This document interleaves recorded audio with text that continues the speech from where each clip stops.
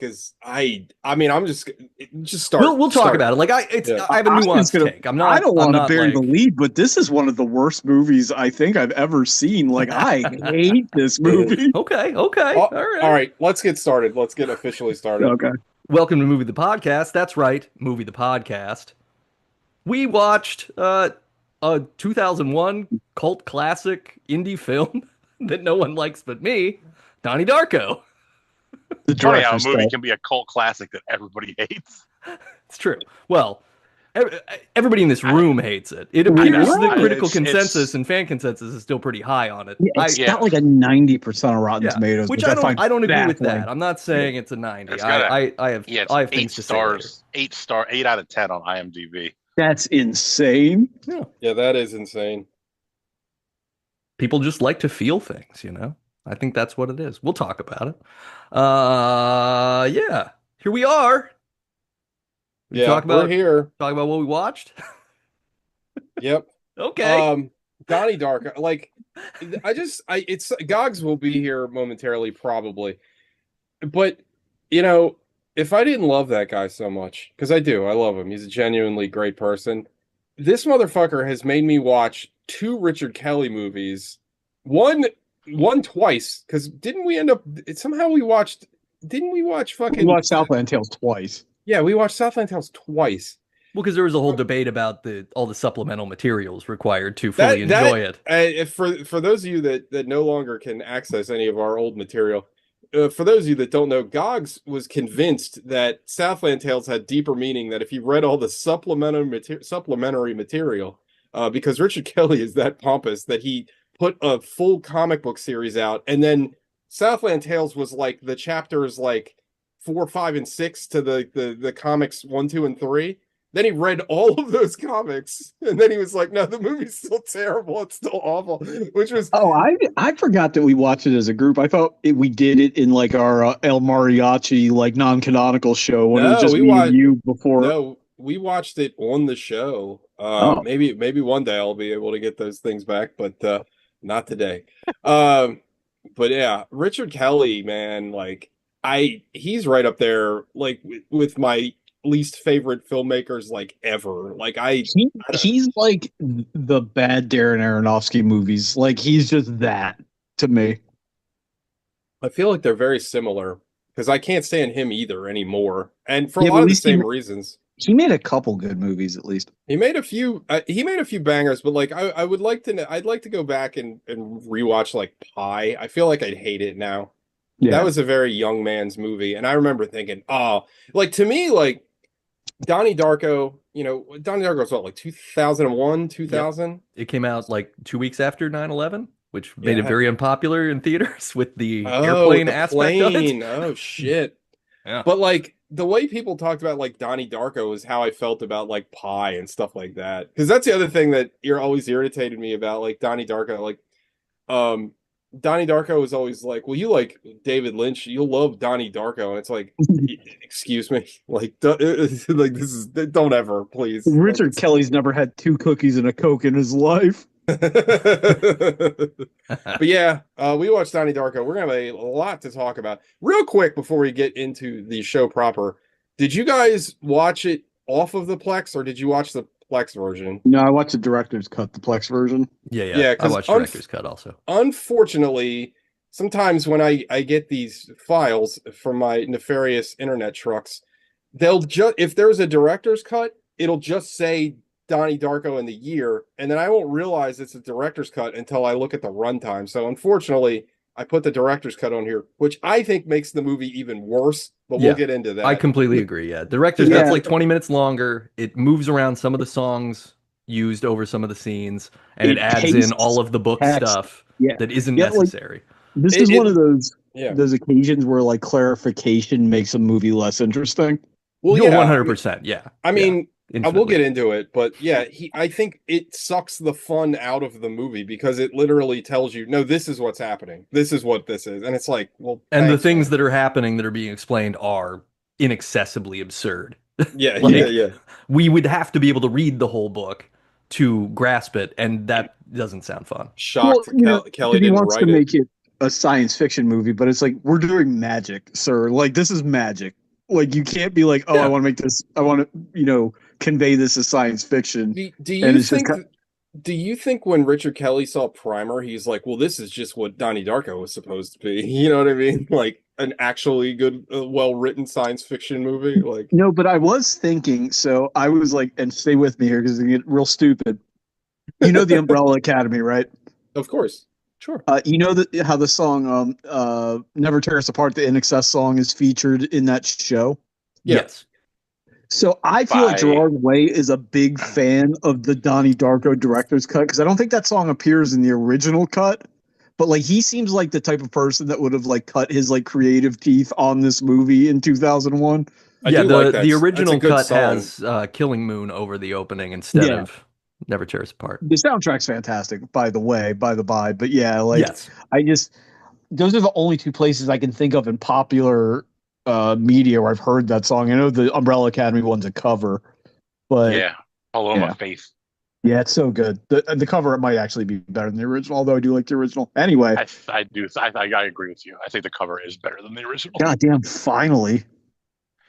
I mean, the first 3 seasons of Umbrella Academy fucking slap, and then season 4 was a wet turd. I didn't see it.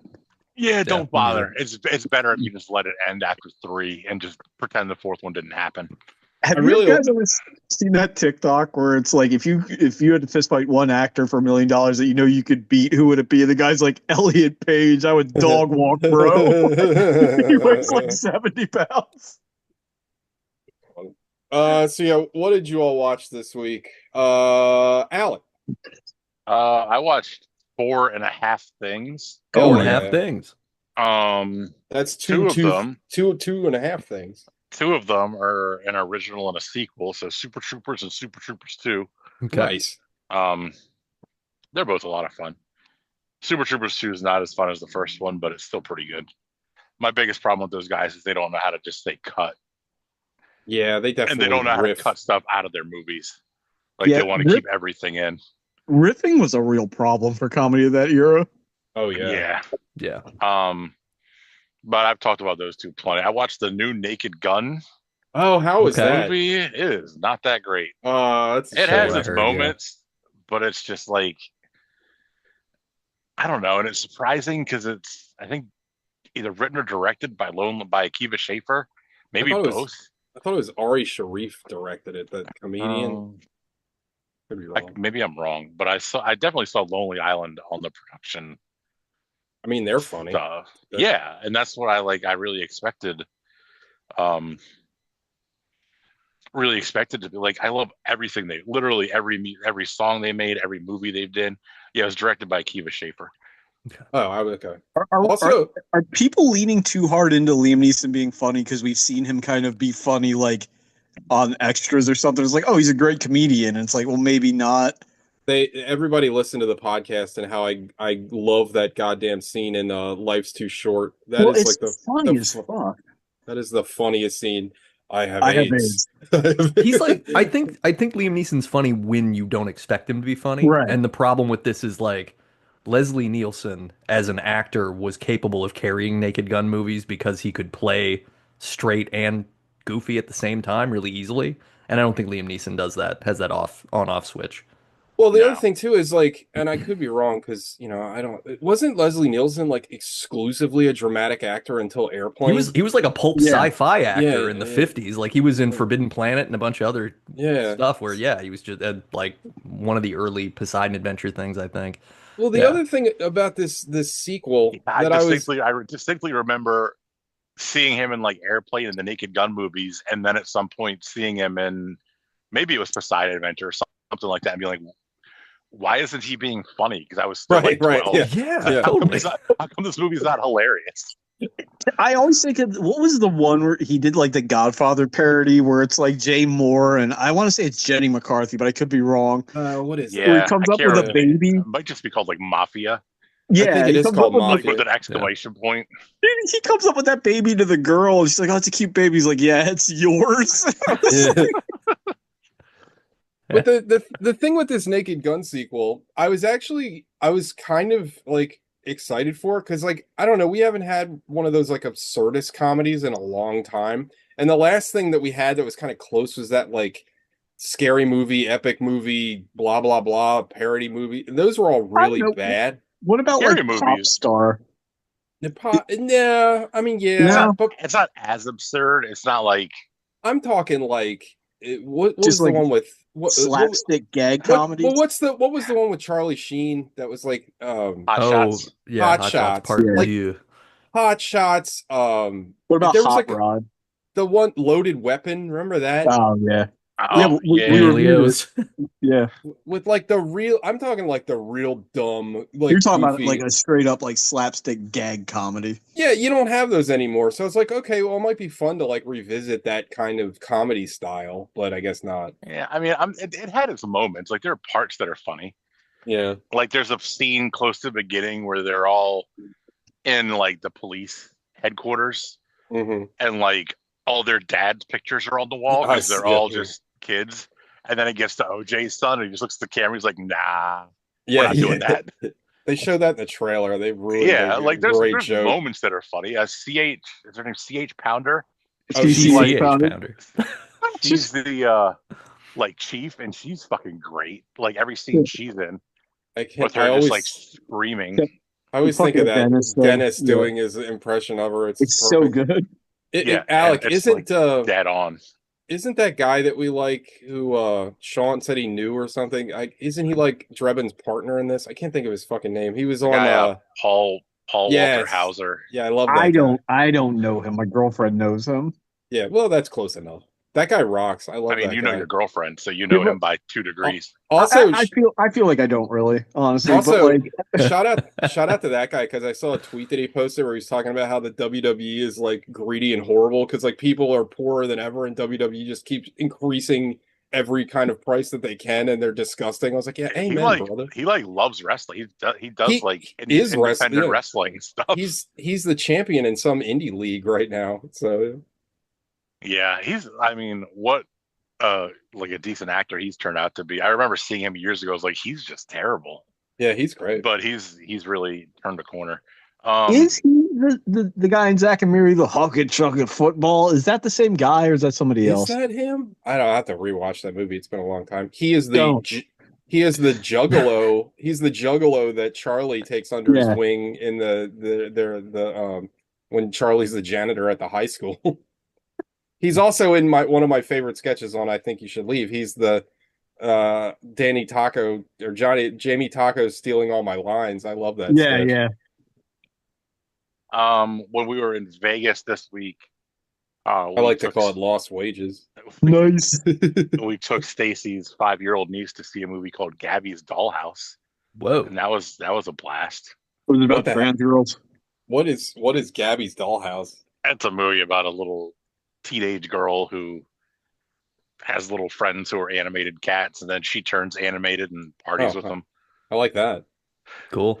I mean, I would do that for what it was for being a kids movie. It had enough adult themed stuff and adult humor in it that it wasn't terrible. It was better than what we watched for the show. Like I'd watch Gabby's Dollhouse again over Donald Darko or Donald the Darko, the Naked Gun. I'd watch it before that. Yeah. Gloria Estefan was in it. Holy shit. I know. Turn that beat around. Was the Miami Sound Machine in it? No, they all got deported. I don't think so. I don't remember seeing the Miami Sound Machine. Just Gloria Estefan. Yeah, they're hanging out with the news. But, yeah, that was the joke. Yeah, that's good. That's good. And if you have any 5-year-old nieces or daughters or anything you want to take to a movie, take them to Gabby's Dollhouse. Hell yeah. They'll probably love it. It's some Disney or Nickelodeon show because she knew all the shit about it before we even got there. And that we just watched or almost finished.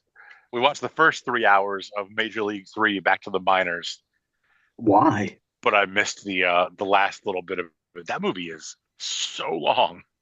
3 hours? We watched it already, didn't we? No, we watched We watched the second one. We did. Isn't that No, we watched the third one because that's The the Third one one where has Alec Walton specifically. Goggins.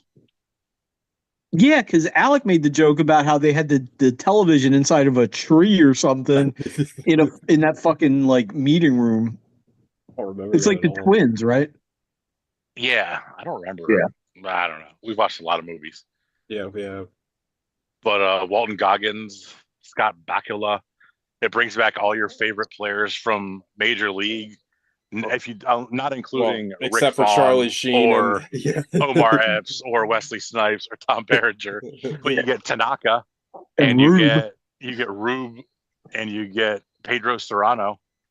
Oh, And Bob Pedro came Uecker back. is announcing for a AA team for some reason.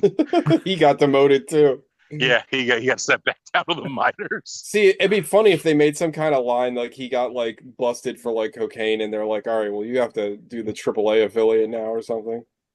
Yeah, there was nothing like that. He just showed up. Damn. Yeah. That's it. Oh, I did watch what was the movie from last week? I watched Half of Frank. I didn't finish it because I wasn't going to be on the show. But I liked the movie, the first half that I saw, but the music was some of the worst shit I've ever heard in my life. You talking about the music, the soundtrack, or the music that Frank made? The music they are making. Oh, well, that's kind of the point. Yeah. I mean, I get that that's the point, but it was like almost unbearable. Like I could not. I was so from your whenever they played a song. We talked about it on the show, but from the your text, we all assumed that you just hated the first half and weren't looking forward to the second half. So we were all movie, wrong. like if I could have just skipped over all the music scenes and made the movie like 48 minutes, like it probably would have. You didn't even hear his most. You didn't even hear his most commercial song. One of the best. My most likable song. Yeah. John fixed it. He made it more likable. That shit is so funny. But that's all I watched. Sean. Oh, I didn't watch anything, man. Work's been out of control. I think one of the kind of like side effects of our deep national psychosis is like abuse rates going through the roof, like just a bunch of crazy shit going on. Not to bring the room down, but yeah. Also, I don't care for movies much. So there he is. Yeah, I do this movie podcast because I hate movies. Gogs is here. I just like boys. Hey, fellas. Gogs also likes boys. I do. I like how you like trailed off of that. It was like a longing. Like it was coquettish. Wistful. Yeah. He likes some coquettish. When I think of coquettish, I think of Gogs.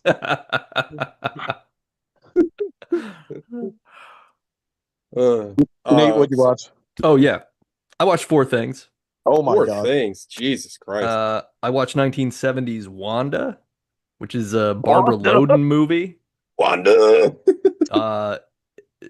It's supposed to be pretty groundbreaking because it's like a film written, directed, and starring the same woman from 1970. It's also about like a woman who's in sort of Rust Belt, Pennsylvania, and gets divorced, loses custody of her kids, and kind of just starts riding with a bank robber. But despite being really well shot and pretty interesting conceptually, like it's so slow. There's almost no dialogue whatsoever, so it's like a 2 hour and 10-minute movie that feels really long. Like there's a lot of room to breathe in it. But it's still cool what they did because several of the actors that they pull in are just people who were around who were like, I'll play the guy's dad. And so there's like a weird scene at like Bible, it's some sort of Bible theme park thing that they're at. That's I guess somewhere in New England. Praiseland? Yeah, I think it's Praiseland. Yeah. Where they're like hanging out in the dad. Wait, is it really a Praiseland? Wasn't that the name of Maud Flanders theme park in The Simpsons? Is that a real thing? That's why I just made that joke. Oh, yeah. Oh, okay. That's what I was saying. That is the joke. That is the joke.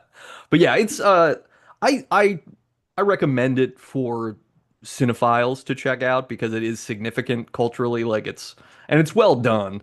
It's just like it's one of those movies where not a lot happens for most of the time. So significant that literally nobody on here has ever heard it, even though we've all watched 12,000 movies. Sure, yeah. Well, it's tough because it's like a movie where the main character doesn't do a lot. Like she doesn't have a lot of direct agency and make a lot of choices. She's sort of just sounds like getting it sounds dragged to things. like a deep cut Criterion pull. Is it on Yeah. Criterion? It's probably. Oh, Yeah. yeah, it definitely is. I was looking at it. It's like it's treated like a very big deal movie wise, so that was part of why I watched it. And yeah, see for yourself. It's pretty good. I also watched Eyes Wide Shut, Oh, I Hell love yeah. that movie. might be my So, favorite Christmas movie. I don't dude, know. it's so good. Because it's basically Also, It's a Wonderful Sex Life. doesn't that movie kind of hit different with all the like Epstein stuff and like It's Oh yeah, I don't want to roll over Nate's "It's a Wonderful Sex Life" joke because I thought that thank was you. really solid. I was that's just a on good joke. But yeah, it is. It's like I don't know. It's also a hard movie because it is so like all the conversations between Tom Cruise and Nicole Kidman are so intense and Yeah, difficult and like without levity, like there's no break. And then it just yeah, becomes this thing of like, well, hey, like if you want, I mean, it's also the Homer goes to hell meme. It's like, oh, you want extramarital sex, Tom Cruise? Have all the yeah, extramarital sex in the world. And yeah, it's just good. It's just a good yeah. movie. And I think like, I mean, what an ending line too, to just be Oh yeah. like, yeah, we need to fuck. And it's like, oh, okay. So here we are. Everything worked out. Merry Christmas. I I love that fucking movie, and like all the weird choices that Kubrick made, like the fact that he did it all in like sound stages and stuff, and like when he's walking down the street in New York, it's literally like a fucking back projected thing. Like I love all that weird crap, and just that the the big like orgy scene, the big famous scene in that, but like that weird like chanting music that they're playing through that whole scene is just so intense, and like the way Yeah. obviously it's Kubrick, so it looks fucking beautiful, but like that movie, like I remember, like I love that movie. I saw the movie in the theater, and I remember like that was a very like even amongst like yeah, why can't I talk today or any day?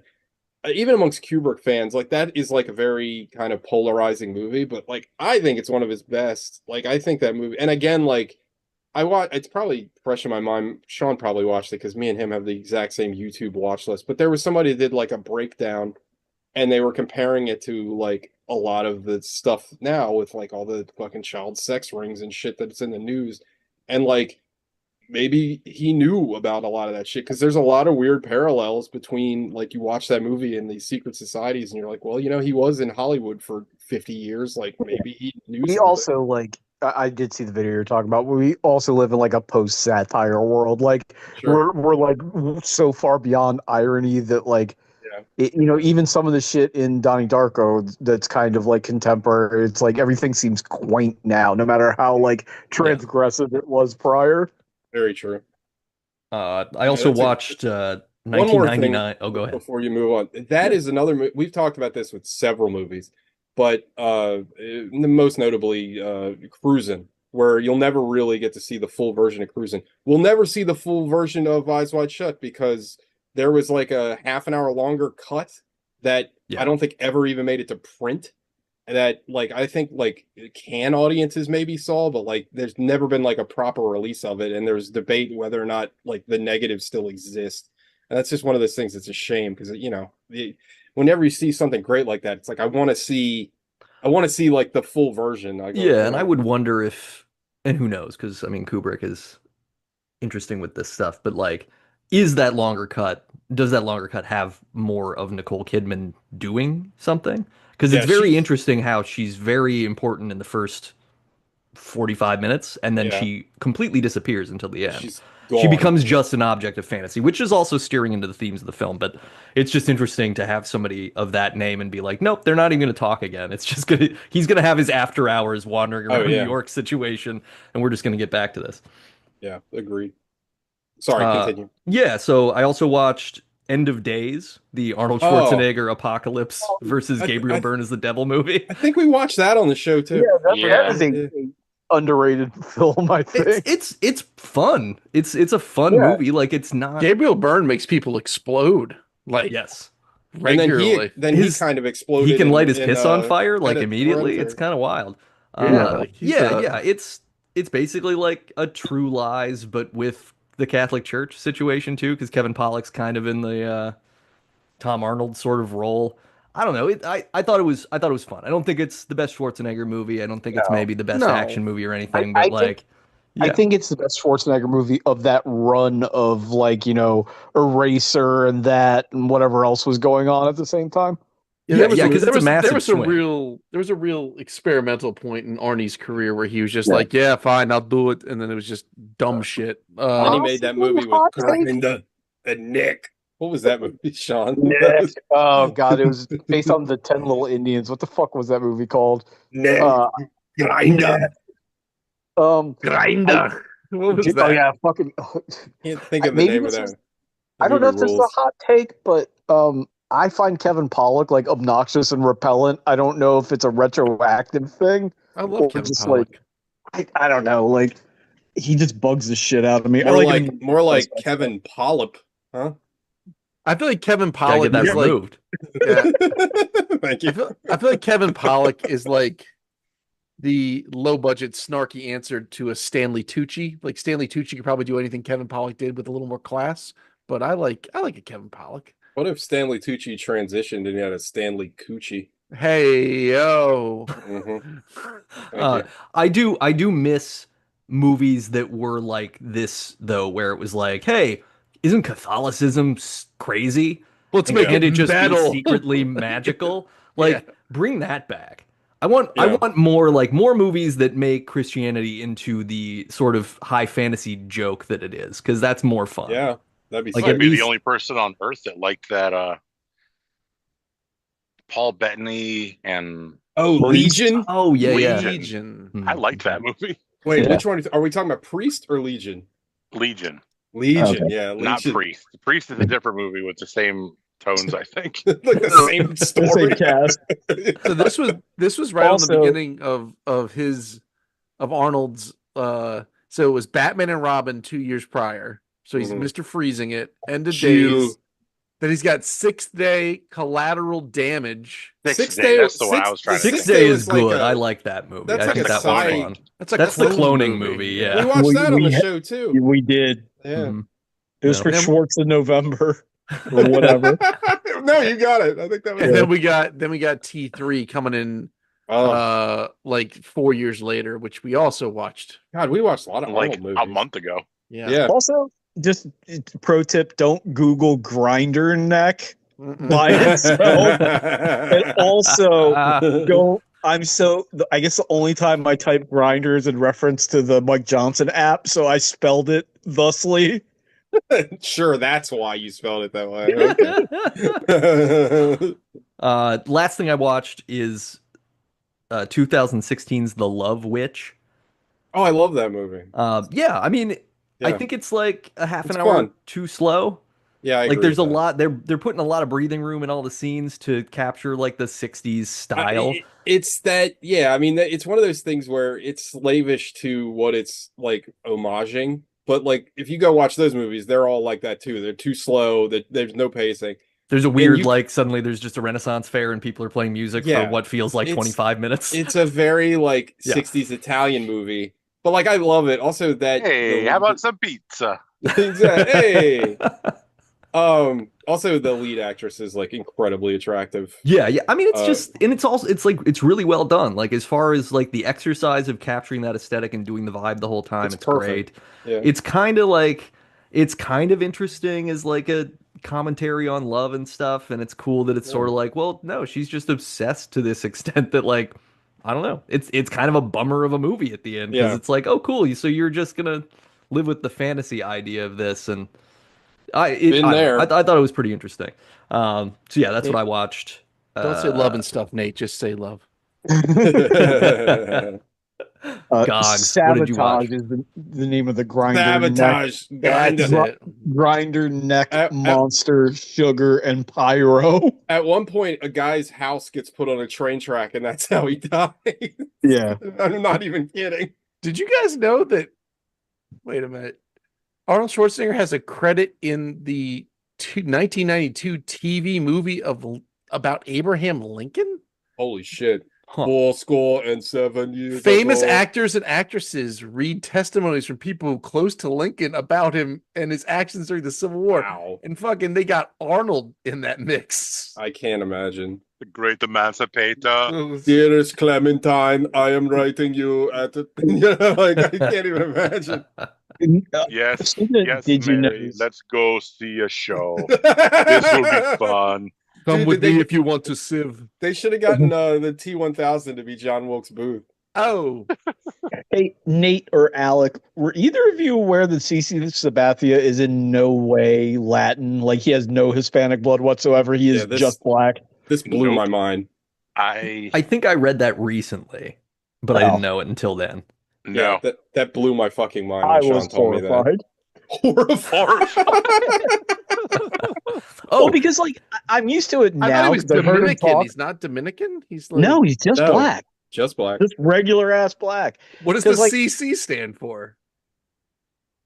Oh, Wait for someone to say something Charles. terribly racist. I Charles, was Charles. trying not to.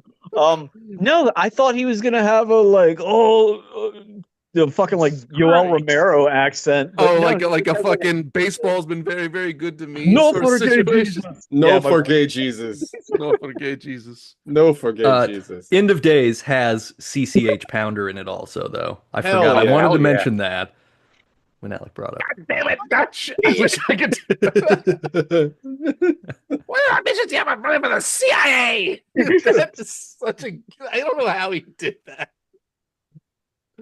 He should have won a television Emmy for that. He really that should've. impression. Is there an impression Emmy they give out? What a wild No, but I'm pretty sure Emmys are only for television.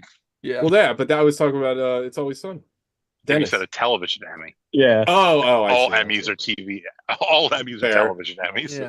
Dumb Touche. cunt. Yeah, Saying sorry. chai tea, you ass. Now, if you said a Critics' Choice Award, I could get on board with that. Oh, Television sorry. Critics' What Choice about Award. an MTV award? For Best Gods? Kiss. Oh God, yeah. Oh God, remember those? The MTV Movie Awards. Oh yeah. Yeah. I do, because I just read something about one that I'm going to share shortly. Nice. Gogs, I believe the mic was passed to you. Yeah, what'd you watch? I watched. Well, I think I watched one thing. I know I watched one thing. I don't think I watched anything else. Your I shirt watched. looks like a paper towel in that light, by the way. Thank you. Bountiful. It's incredibly soft. The quicker picker upper Goxer. No, just throw me in a puddle. So I watched Margin Call.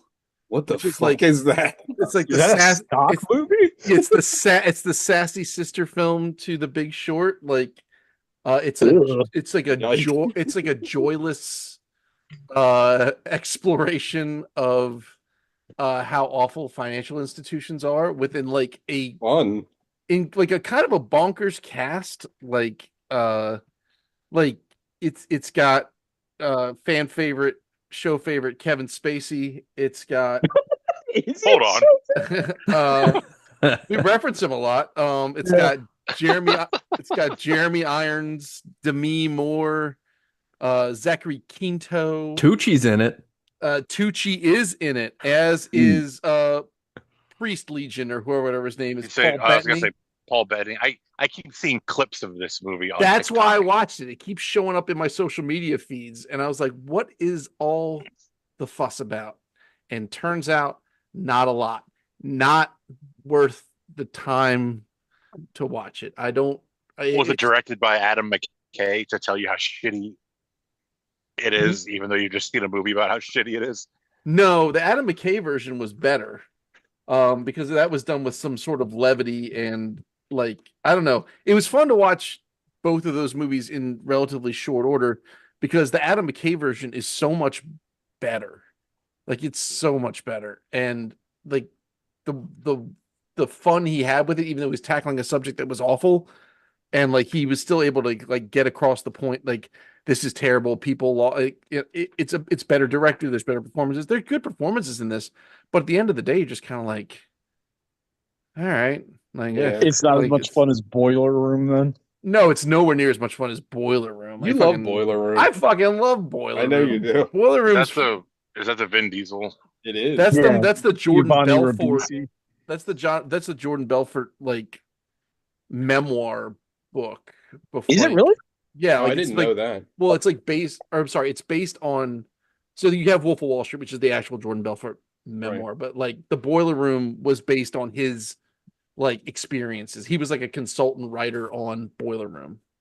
The director of this is J.C. Chandor, who also directed Sounds All like Is a Lost, Star Wars villain. the Robert Redford Does sound movie. It like a sounds like, Star yeah, Wars. or a guy from like fucking Backstreet Boys. Which one was he? That was JC Chazet. there. It is. There it Hell is. yeah. Yeah. He directed A Most Violent Year, the Jessica Oh, Chastain, I Oscar almost I, Isaac movie. I almost picked that movie. Oh, that movie's boring as shit. Yeah, I almost picked that movie for the show. Triple Frontier, which I don't know anything about, and then Oh, he Rock. we most like that recently movie. That movie's directed good. Craven the Hunter. Ew. Oh That movie's not no. good. Ew. Well, I haven't seen it, so I can't say it's not good, but I can say it's not good. Yeah, Yeah. no. Craven looks bad. We should I watch like it how though. as soon as you said Craven, we also had like a bunch of Italian uncles in Philly. It's like, Oh, oh, hey, oh. No, Sony verse. Oh. it was yeah, it's don't watch it. Don't do what social media did to me and be like, oh well, maybe this will be interesting because it's just exactly what you expect it to be. It's a bunch of rich people decided to screw everybody else to make it a money.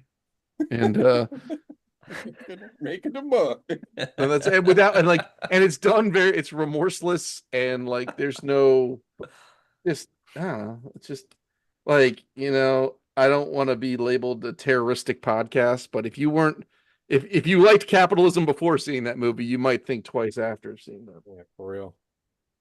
Who hasn't gone yet? Me. Teagles. I watched one thing, and it's something I don't think I've ever talked about on the show, but it's something I've seen a bunch, but it's spooky season, everybody. Congratulations, guys and ghouls. Welcome to Halloween time. I watched Takashi Miike's Audition, which Oh, is Man, okay. I haven't seen that movie in a long That's ass been a time. minute for me. the tone of your voice makes it sound like you're gonna be like, I didn't like it as much as I Oh thought I did. no, Oh, it's incredible. I mean, everybody here knows, like, I'm a huge Takashi Miike fan. It's actually funny. I was telling Gogs this morning. So I'm currently playing Ghost of Yotai, which is taking over my entire life. That game is absolutely amazing. Ghost of Yotai has a video mode in the game. You can change, there's a couple of different like camera filters, but it also changes some other dramatic elements in the game.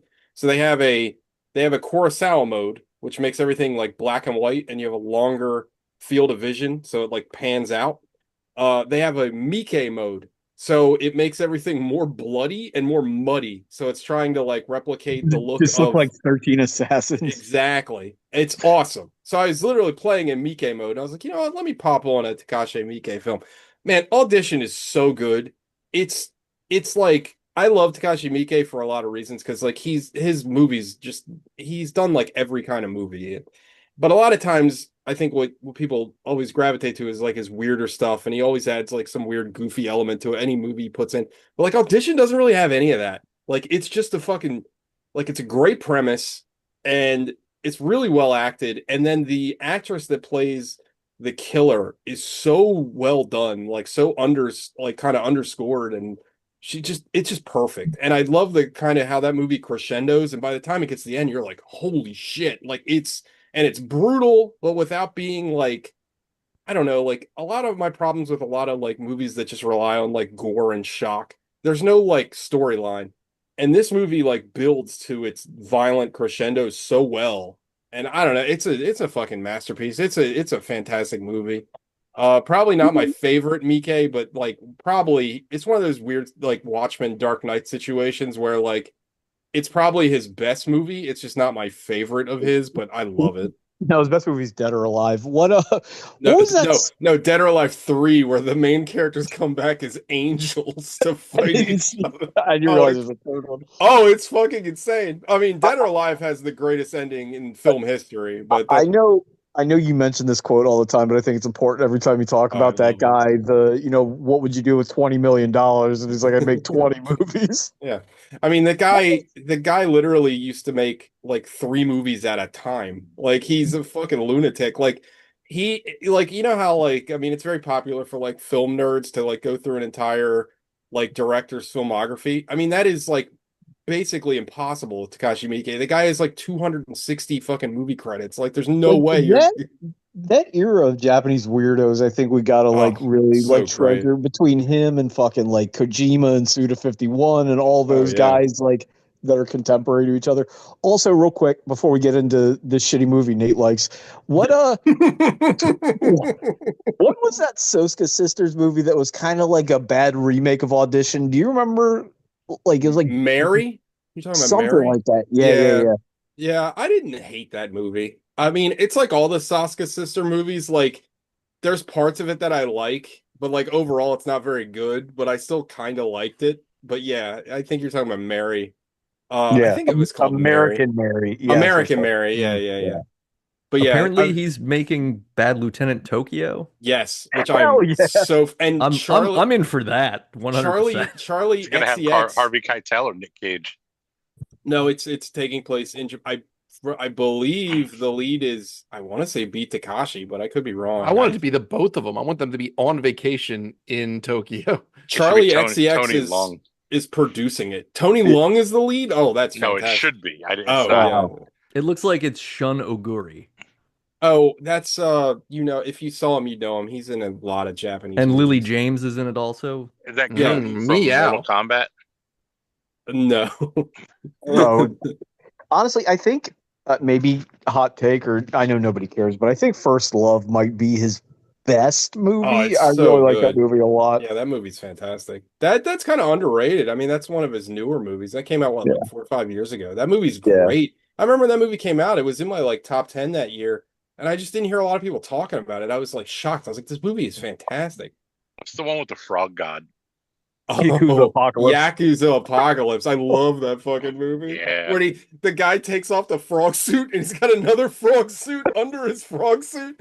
Just like the Portland guy. The fucking Yakuza boss is trying to grow dead Yakuza in her garden.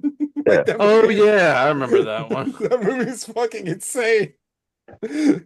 Oh, I love that movie. Also, like, shout out to Itchy the Killer, which is obviously like a very popular movie, but I love that movie too. Like, one of my favorites is Visitor Q, but that's Yeah. a movie that I can't recommend to people because like people look at me like I'm a sociopath because that movie is legitimately like disturbing in ways that I probably can't talk about on the internet. So it's great though. I loved it. Yeah, and Sukiyaki Western Django, which is a movie. Oh, I love that movie too. That's tits on bull talk, man. Yeah. Like, I love that. I always want to say he made that was it Peach Hip Girl and Shark Skin Man, but that was somebody else. That was not him, but that's a great movie too. Shout out to Tatsunobu Abano. That guy is fucking amazing. I love that dude. He was All right, Nate. he was defend what's his yourself. name? He was one of Thor's buddies in the Thor movies. All right, Yeah. Gogs. Yeah. Oh, this is gonna be a tough one. No, it's not. It's straightforward. This is What easy. happened?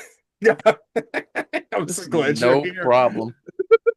Oh, this. I posed this question to the field before you got on. Did you watch the version on the Plex or did you watch it somewhere else? I watched the director's cut on Okay, you did Prime. watch it. Okay, so we all watched the director's cut. Yes. Unfortunately, this is, in my opinion, and I guess we'll talk about it as we get through.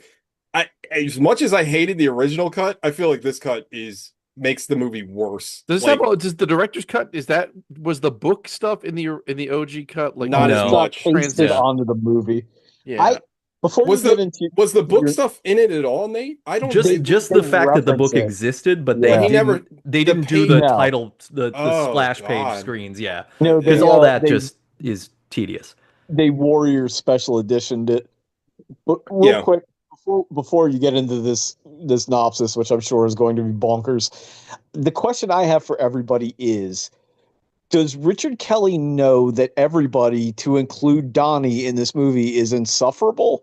Or does he think like Donnie is the hero of the movie? Is this a Yorgos Lanthimos thing where it's like meant to show how awful everybody is? Or does he just misunderstand? That's how I read it. Yeah, I took that's, it that's as, how I've like, always read it too. everyone is the worst. But I do think he Mhm. thinks Donnie's more of a hero than Donnie becomes. Oh, Donnie's That's no what I mean. worse. See, Like, I disagree with you guys because, and I'm only basing this on his other work.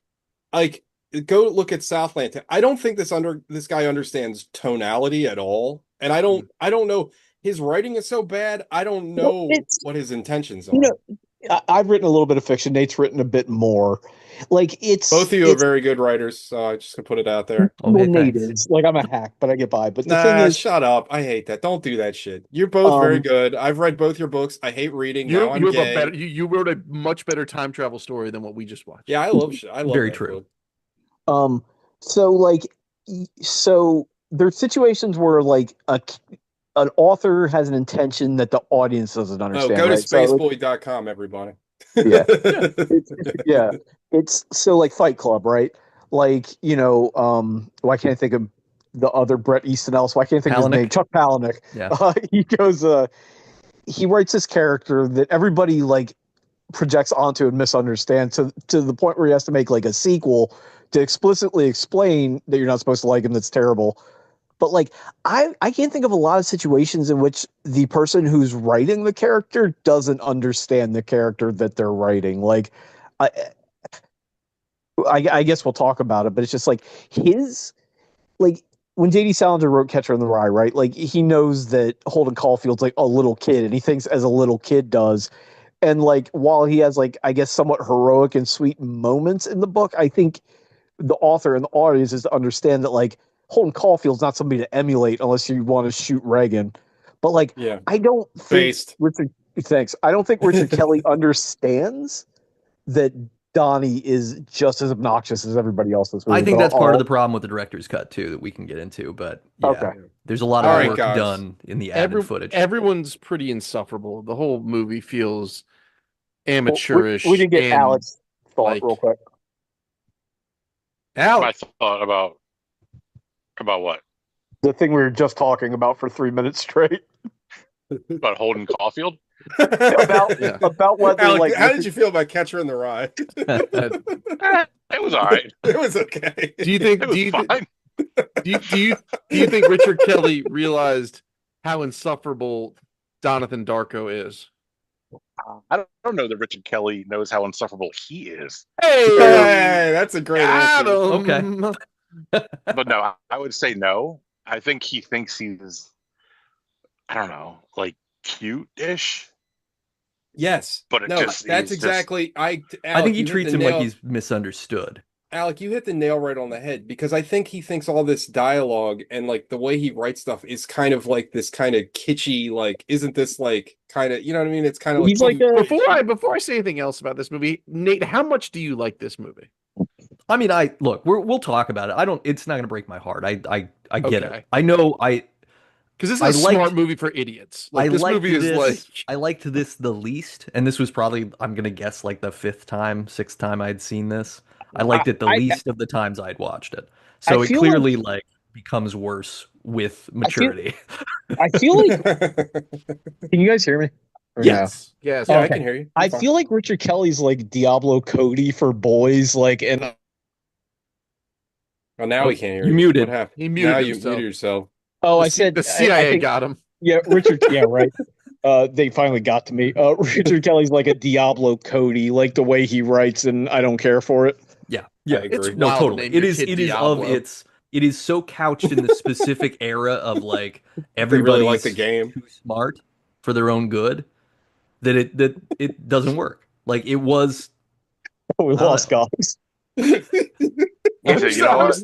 I'm just imagining every Diablo Cody movie starting with "Stay a while." Listen. Diablo Cody has a brother named Deckard Cain. It's me, it's Deckard Cain. Docs, can you do the synopsis in the voice of Deckard Cain? No, I I'm can just try. kidding. Donnie Darko is a deeply disturbed young man who. This No, is just Bane. You're just doing Turn- Bane now. You thought you were born. I was born in the Darko. I was born in the tangent You merely universe. adopted. So anyway, And you think this gives you power over me? Do you think feel that like you're plane in charge? engine? Yeah. Do you feel All right. like a plane engine? So, all right. This movie takes place. It's a period piece. It's October 2nd. It's October 2nd, 1980 something. 1988. You know, pause. I just have to, sometimes in the middle of the night when I get up to pee and I have my CPAP mask on, I do the Bane voice in the bathroom mirror. Yeah. Hell yeah. That rule. I Some love that. flashbangs. We're right before Mean Girls Day. Yeah. Oh, right. That's October 3rd. So, Donnie is everyone's doing whatever. Donnie's in bed, probably post Jake. His dad's going down for like a midnight Jake. His sister's coming back from her jaking. And he is roused out of bed by I don't know, he's basically being called to wander. Oh, so no, prior to that, excuse me. So Donnie's just fucked up. Like he just sort of shows up at his house on occasion. He wakes up in fields and other places. So this is like not uncommon behavior for him to just be running amok. Like these parents he sleep biked to the top of the town's local hill. Like if this and is he's like been sleeping there in the middle of the street. Like when this the movie opens. this is textbook hyper realized 80s parent neglect. Like this is 80s parent neglect on steroids. Also, like, I don't know if this is too deep of a cut, but I couldn't stop thinking about Daria watching his parents because they look and sound just like the Morgendorfer parents. Yeah, they do. Actually. Yeah. Who's the mom? She looked very familiar. She was just in another movie. Battlestar Galactica. Oh, okay. Right. She's the Secretary of Education or whatever that's now in charge of humanity. So yeah, they're just a mess. They're a classic 80s mess. It's basically the ice storm, but there's a time tunnel.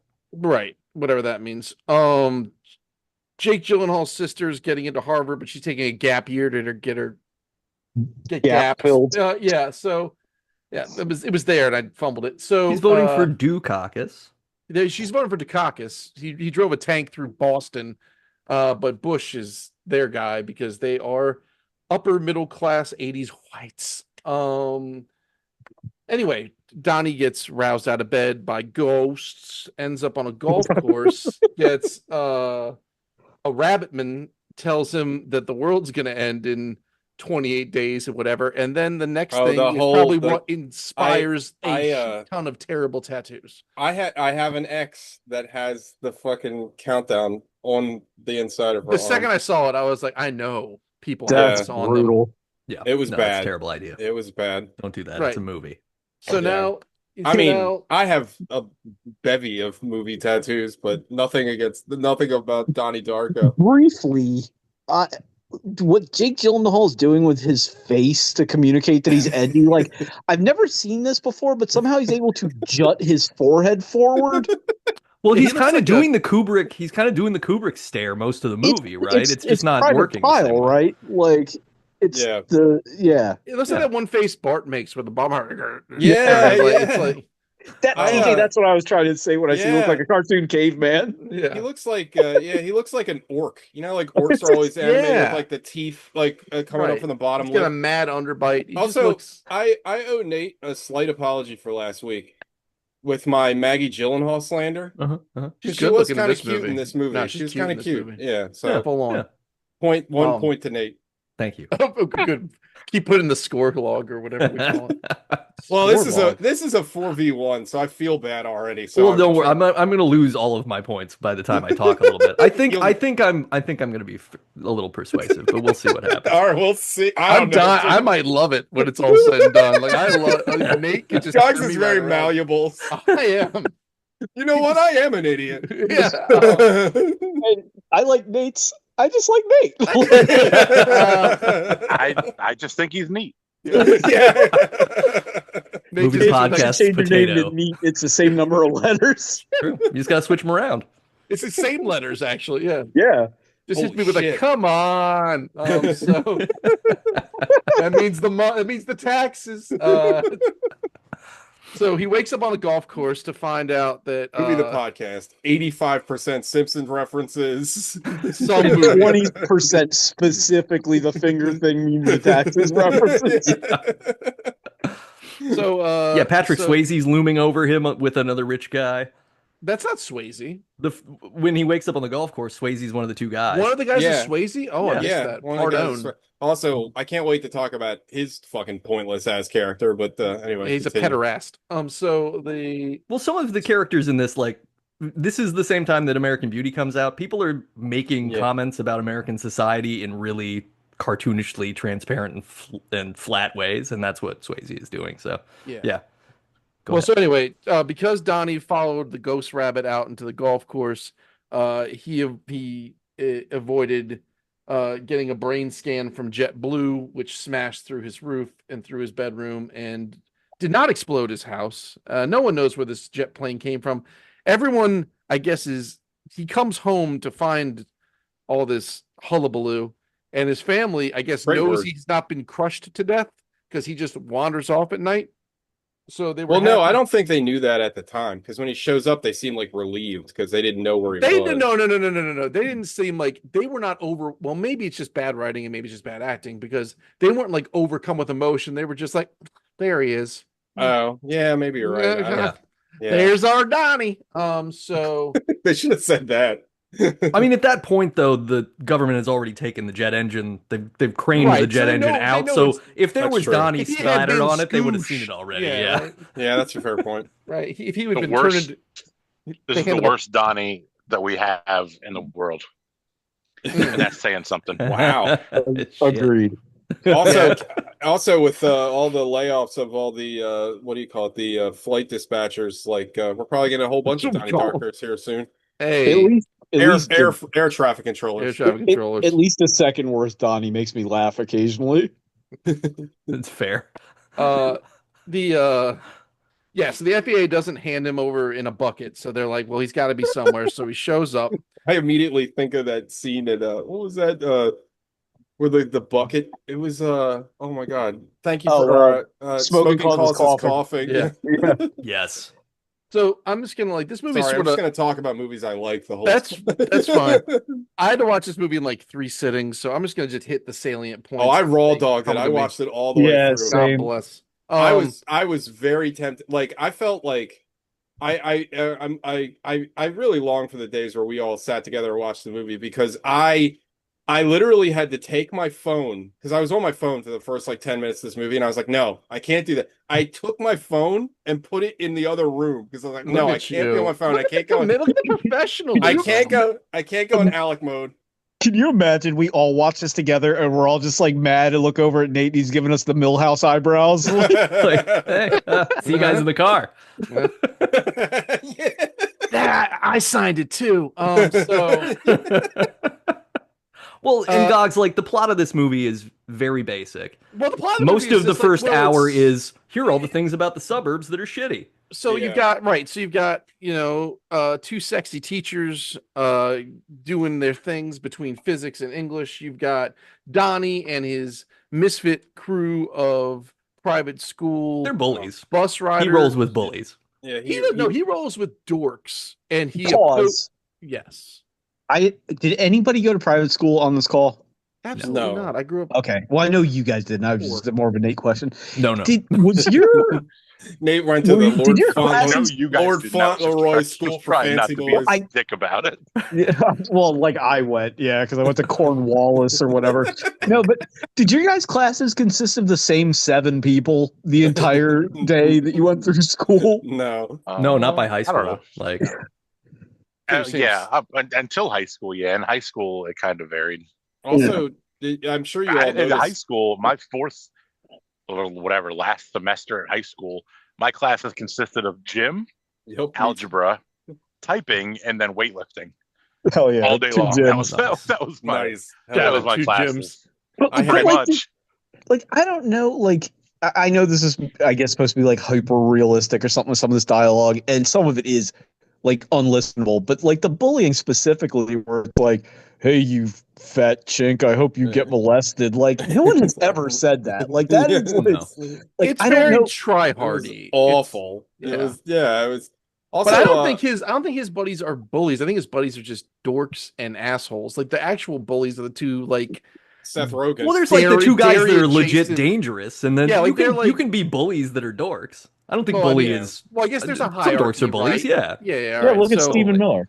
anybody Right. who's punching down is a bully. That's all there Yeah, is to true. it. Good point. Like I heard his nickname the other day, and I could not stop laughing. Pee Wee German. Like they had him on Fox News playing Oh. the AOC thing where he has to sit there and listen to about how he's 4'10". That shit was frying me. And when what were they asking him about? Oh, was it the plenancy thing? Yeah. He just like shut down. He stopped talking. The guy's like, "Are you there? Like, what is happening right now?" No, he Well, he's said like, it. He "Oh, I shouldn't think have we had a said it. system glitch." It's like, no, you certainly didn't. I think your boy just had a fucking glitch. Yeah, you can still see shit moving behind him in the background. It's not like a frozen screen. Like Oh. he just starts like rattling together like tinfoil and stuff. It's like bad connection, guys. If we ever get out of this, these trials are gonna be fun as shit. Yeah. If I hope it's like in the Bane Batman movie where they just make him walk on the ice. So now, okay. So anyway, so Donnie's going to school. His teachers are horny and hot. The PE teacher is a religious fanatic. Jenna Malone shows up.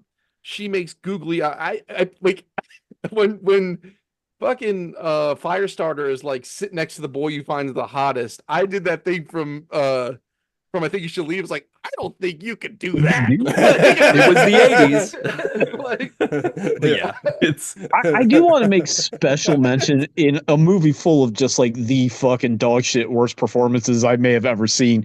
Drew Barrymore, she gets some kind of lifetime achievement for how bad she is in this movie. Like, She's I a think she's producer of the bad movie. normally. Oh, that makes I sense. don't know Funded this movie. she had the role expanded because she wanted to produce it. Like it was not That going to get makes- made, and she was like, "We'll make it, and I'll be in That- it more." She That gave like makes five. so much She sense. put up like $5 million Yeah, for it.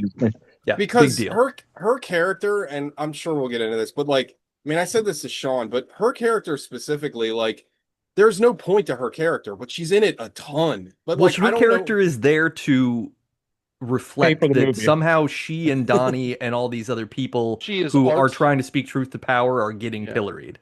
Yeah. Right? Oh, okay. And Right. I don't think it works, but that's why she's there.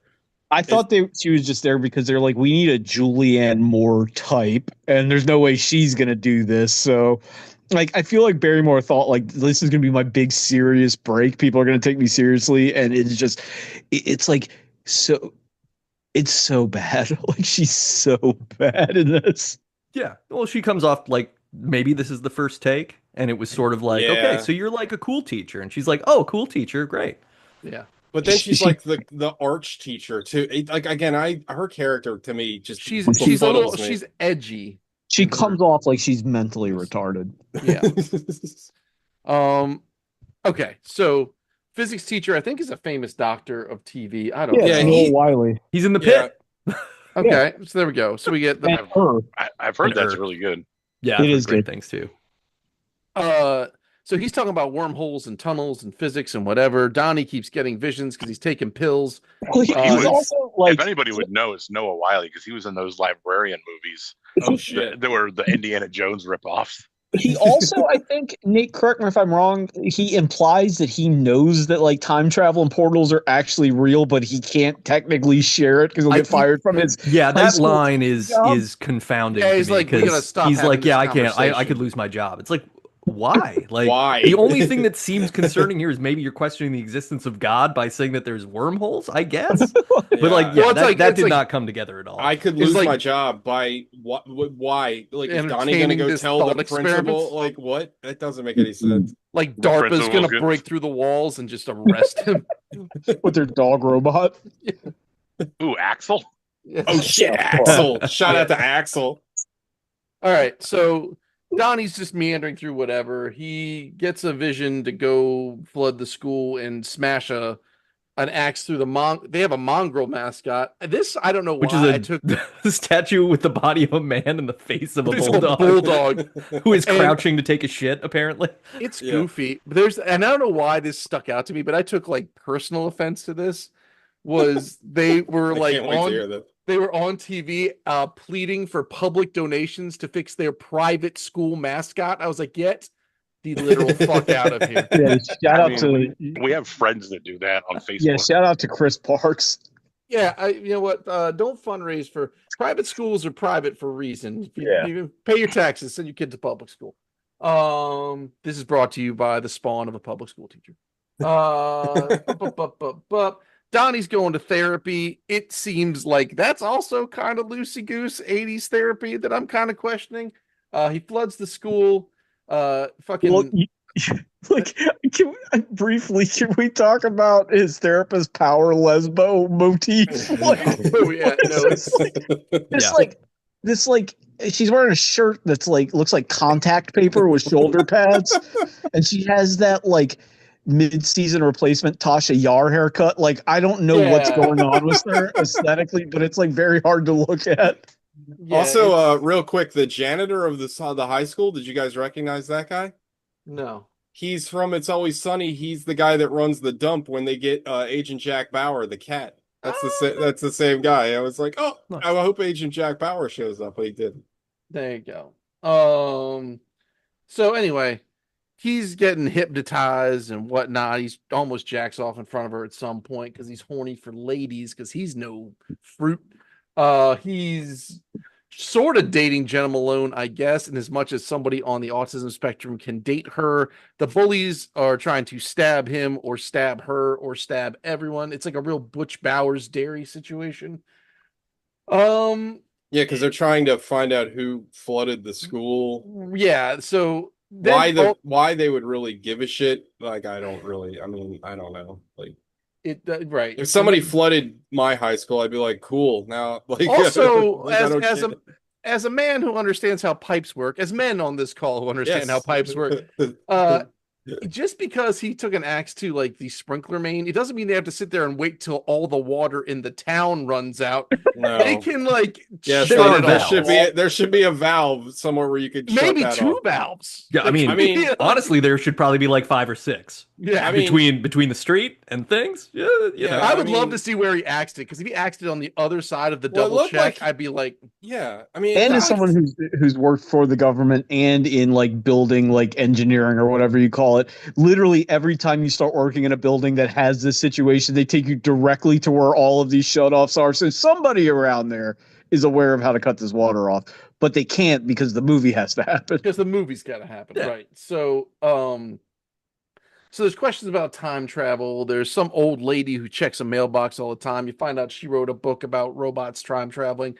Noodles come out of people's chests to move through time and space. His dad's like, you know what? You're a smart guy. Tell everyone to fuck off. Meanwhile, Roadhouse shows up, and he's trying to make you feel better about yourself because of Jesus or something.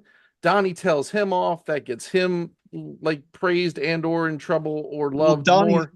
Donnie does his like fucking Barstool podcast audition where it's like, don't tell him that. You just got to tell him to fucking lift weights and stop eating Cheetos and blah, blah, blah, blah, blah, blah. Yeah, he does. You're right. He does go very manosphere on everyone on that stage. Yeah, it's very weird. This whole like this subplot, I don't know, Nate, you can illuminate me as to what was even going on.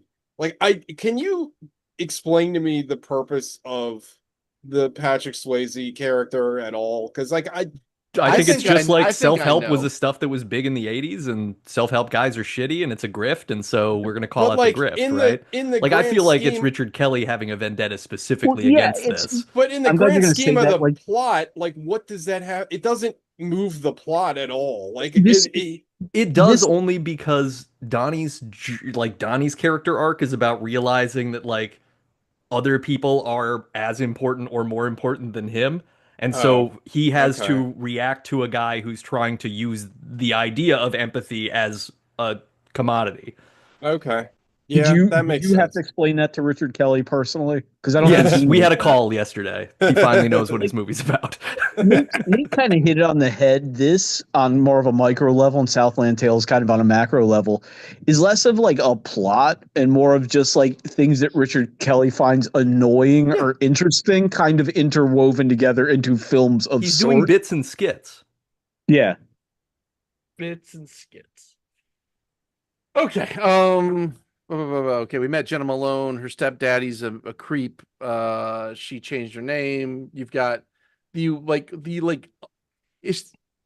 not the mom, it's not the woman from The Mist, but she gives that energy, who is like the most unhealthy looking gym teacher of all time, who's a religious fanatic and got fucking Swayze to show up to the school. She's also in charge of the children's dance team, like the Sparkle Ponies or whatever the fuck. Sparkle Motion. There it is. This is the only part of the movie that I liked.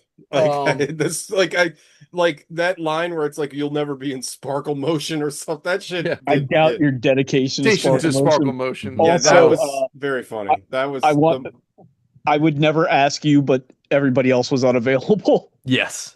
Yeah, that's damn. It's like all backhanded. Yeah. It's very cunty. She's the well-written character in the movie.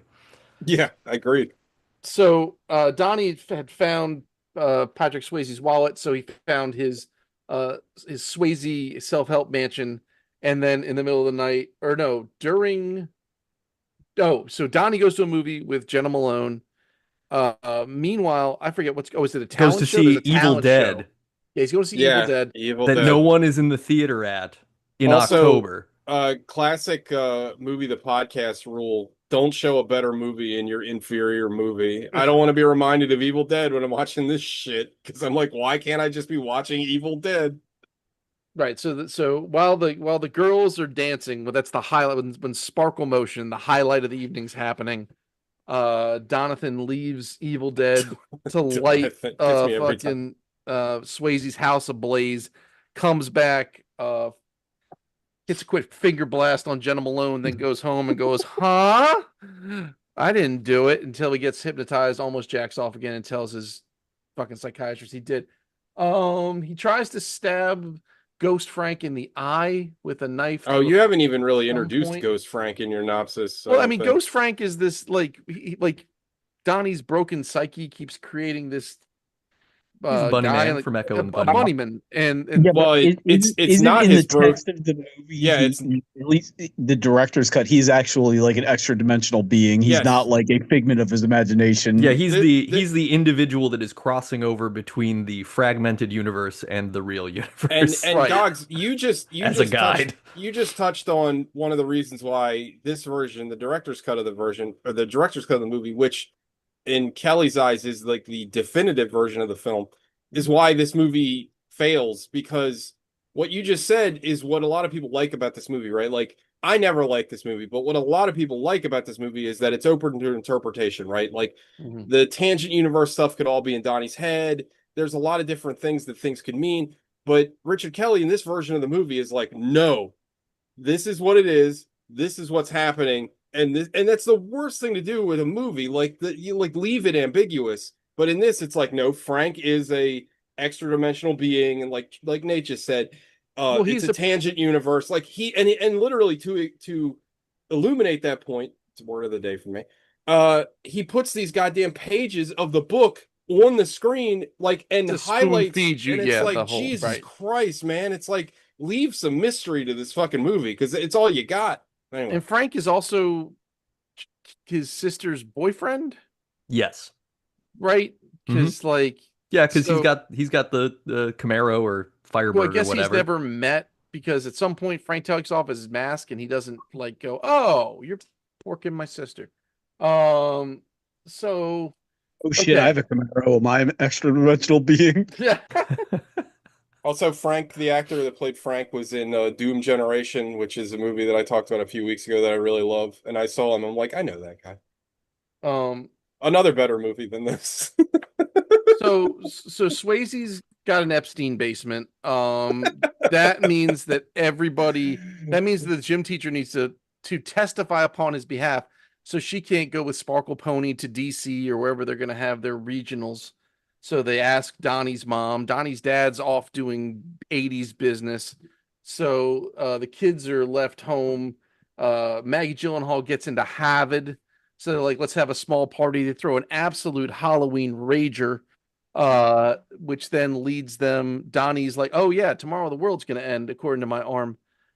So I'm going to go to Lady Death's house, like E.T. style, with my friends. For some reason, the bullies are there, and I don't necessarily. They're just like trying to rob the house, I think. Oh, is that it's bad because it's super convenient and terrible writing. Yeah. So the bullies attack. Seth Rogen's awful. Jem Malone gets fucking tossed into the street. Donnie's wrestling with the guy with the mullet. All of a sudden, fucking the Dukes of Hazzard come whipping around the corner. They avoid Lady Death and then just body Jenna Malone. Donnie, the bullies run away. Donnie fucking breaks out his iron and fucking pops one right through Frank. Now actual Frank, who was on a beer run, who was also banging his sister, comes up out of the thing. You're like, oh, there's the rabbit man. And then he gets shot in the face. And then the clown guy is told to run away. And then Donnie walks home with Jenna Malone's body, loads her into a Ford Taurus, drives her out to the Hollywood Hills, sees, I don't know, like Hurricane Katrina. like a dark tornado of sadness like over the town. He's like, oh, I better push myself back through space-time to prevent the death of Jenna Malone. Also, there's something I need to put. There's these like interstitials of like text and like eyeballs that are in this, And like George Bush and water like, crashing and oh things. God, Yeah. I hate these. Like Those are all special. Those are all director's cut editions too, and they're I bad. fucking hate them. Like every time it shows up, it looks like I booted like some old like PC CD-ROM game. Like it's like, what is this? It looks so Super bad. shark for your ass. Right, it's awful. So I gotta go run and go pick up my kids. I'm just gonna wrap this up. The the movie resolves itself in the exact same way as that Butterfly Effect movie does, which is they pushes himself back through time and takes himself out of the equation so that everyone else's lives are not ruined by his actions, but they are all left with these visions and premonitions of what would have happened, which I guess is them maybe trying to what I think the movie is trying to tell you is that this is everyone's wake up call to be better, inclusive of fucking Patrick Swayze, who like wakes up crying because he knows his diddlin days might be limited, and then like the eyes are open to the gym teacher and the mom and the sister. Like everyone's coming, and Frank, everyone except Jenna Malone, who seems sort of unfazed, like because she never actually got to meet Donnie prior, so maybe she isn't able to connect the dots between whatever she dreamed and what has transpired, because she bikes by the plane crash accident. No, Gogs, she didn't dream all this. They were in a tangent universe. Again, this is explicitly said in the goddamn pages of this book. Basically, what happens is that everything that happens in the movie after the engine goes through, that's all a tangent universe. Donnie, through his telekinetic powers, wills the fucking plane engine to come back through the wormhole and basically destroy the tangent universe to set the universe back to its normal state. Well, and because the engine comes from the plane that his mother and sister are on going to the Sparkle Motion finals, that the engine comes off home of. From the spike, right? So, yeah. So everything is connected to each other. So it's more like a Star Trek reboot. Like, don't tell me it didn't happen. I saw it happen situation. So when Jenna Malone sees the house at the end, she doesn't know who Donnie is because none of the shit that we watched actually happened, because that happened in a different fucking universe. But I thought that was the whole point about having the dreams, was that they had visions. Not anymore. Well, the thing that one of the book pages says is that the people who were in the universe but were kind of, it's something like the dreaming dead or so, I can't remember what the terminology is. What it's supposed to be is they all were actors in the tangent universe, and so they have a residual memory of it, that when they wake up that day in real life, they all have this sort of fragmented deja vu sort of vibe about what had gone on in the preceding 2 hours of the film. Okay, I gotta go pick up my kid. Yeah, it's a reverse. It's a Wonderful Life. Gogs, what's your score? Yes, it's a 2-3. It's somewhere in there. The score's kind of fun. Young me would probably love this movie, so I gotta like shout out. Have you seen this before? Yeah, but I mean like young me. I mean like I saw it in like my 20s. I think if like 16-year-old me saw this, be the smartest thing I ever saw. So I gotta run. Love you all. All right, thanks, guys. See you, buddy. Let me know where to watch. Bye, boys. All right, we'll do. Okay. Thanks for dropping by. Yeah. Thanks for guesting on your own show. In a movie, I just got to get this out because this has bugged me for 24 years. In a movie filled with just like reprehensibly, irresponsibly bad dialogue, there's a dialogue exchange in this movie that I've never forgot about, and it's so bad. I don't know if you can guess what it is, but Donnie in the theater talking to Frank, "Why are you wearing that stupid bunny suit?" And then, "Why are you wearing that stupid man suit?" Yeah. It's so deep, and like, I fucking hate that. Like it's it's Mama's ringing the dinner bell for like shitty fucking artsy, Well, too also, clever for some good dialogue. I'm sorry, I just but had to get that. well, also though, to your point, again, that doesn't really amount to anything because Donnie, yeah, I guess Donnie is technically the fucking Christ figure of the Well, universe because he can set it right, but he's yeah, still human. Like I don't Yeah, it under no, makes and it's it and makes it's a more sense in the non-director's cut because it's like, well, maybe he's crazy or maybe he's actually some kind of like non-corporeal being in his own mind or like who knows right. what's going on, right? But with this, it's like, no, you're just that dude that has fucking Jean Grey powers for He's some dead. reason. He's dead. yeah, no, Remember that and guy in the XFL that had "Dat Dude" written on his pet jersey? That shit was Uh, awesome. the that line is again like it's just back to Richard Kelly being like eh, we think that people who dress funny are weird, but like what are we Oh doing?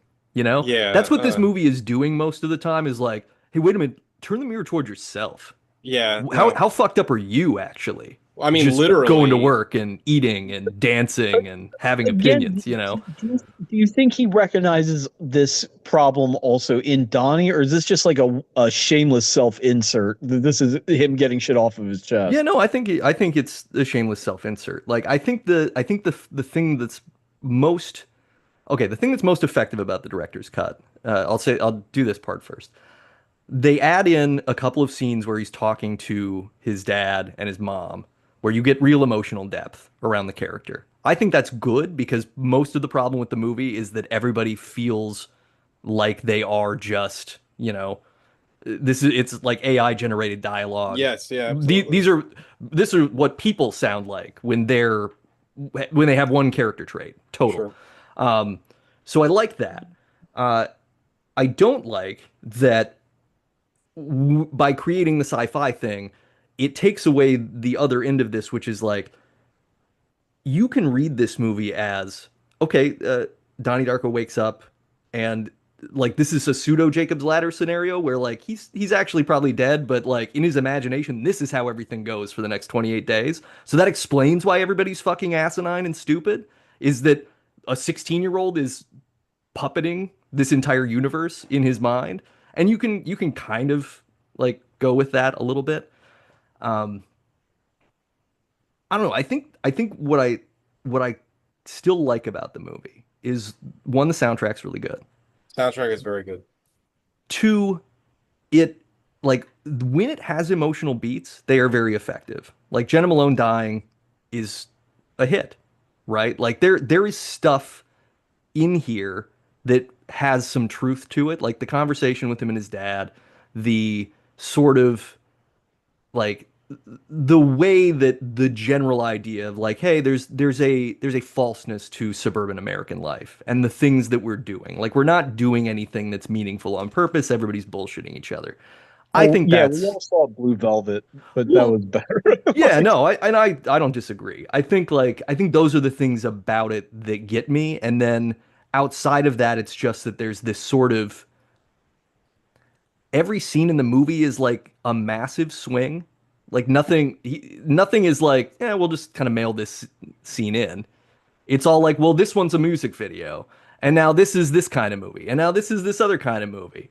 Now we're doing a Yeah. procedural. Now we're doing a psych thing. Now we're doing a horror movie. Now we're doing this, do and you they're think not all it's good, but I do you kind of think it's admire that as an idea. do you think that's him taking big swings, or do you think that's him just being like woefully unprepared or ill-equipped as a director?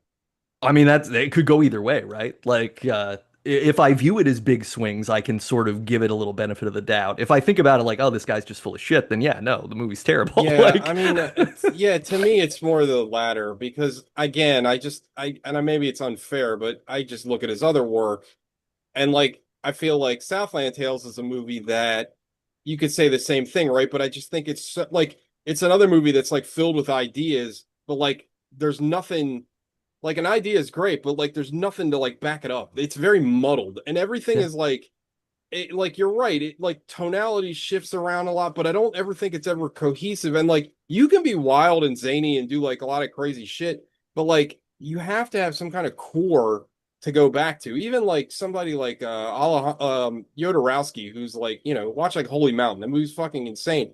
but there's a core to that movie. You know, as crazy as it gets, there's still something there. And I feel like with Donnie Darko, it's just like, you know, it's this crappy, edgy teenage dialogue that does not like I like look, you know, we're all The in our Smurf 40s. dick You know what I mean? conversation We all is know fucking Yeah, like no. So many of these things are just terrible. Like they should well never it have happened, and it right? feels like edginess. Like I know he's not that old, but it feels like he was like you earlier said, like it felt like Chat GPT dialogue, but it felt like a 70-year-old man. Like, well, how do the kids talk these days? Like that's how it comes off. And you know, you hit on something that I was thinking about as you were saying it. You were talking about how, you know, everybody seems kind of fake and disconnected. And that could work. You know what I mean? Like all the characters being that way, that could work if the movie felt more from Donnie's perspective. Like this was in his head, basically. Like he's almost like an unreliable narrator. But again, I don't think that's what it's going for. And it doesn't work. Or like if this is like a Yogurt Lanthimos movie where, you know, like everyone is just stilted in a certain way. But again, those movies, his movies in general, in my opinion, like they establish, even as weird as they get, like Kinds of Kindness is fucking weird as shit, but it establishes a tone right away. So you're like, oh, this is just how this world is. well, Where this movie feels like it's like, no, this is like real life.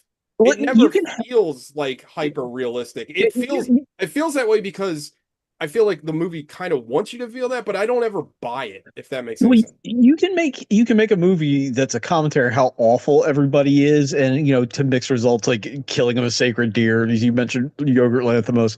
But like, I need a character in the movie to like maybe not necessarily identify with, but at least kind of grab onto.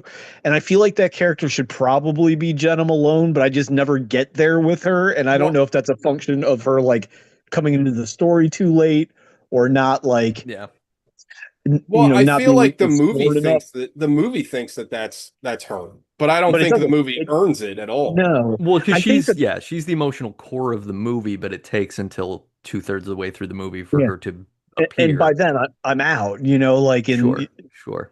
I think that the closest this comes to me for like landing emotionally is when Battlestar Galactica is like basically like, well, I love you, you're my son, and is crying.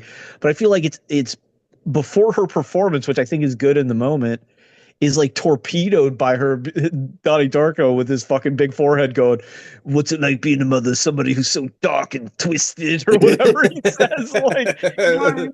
Like Yeah. the movie cannot get out of its own way, and like it's almost making me like yearn for the regular cut of this movie because I didn't realize how much worse it could be because I'd never seen the director's cut. I've only seen the theatrical, Yeah. and like the Richard Kelly go, no, you guys didn't get it. This is what I was trying to say. It's like that's even worse. Like, All right. Well, we're getting Yeah. away from the main point. yeah. Alec, was your favorite part of the movie the invention of the phrase suck a fuck? God. Sure. Yes. With no other options for favorite part of the movie.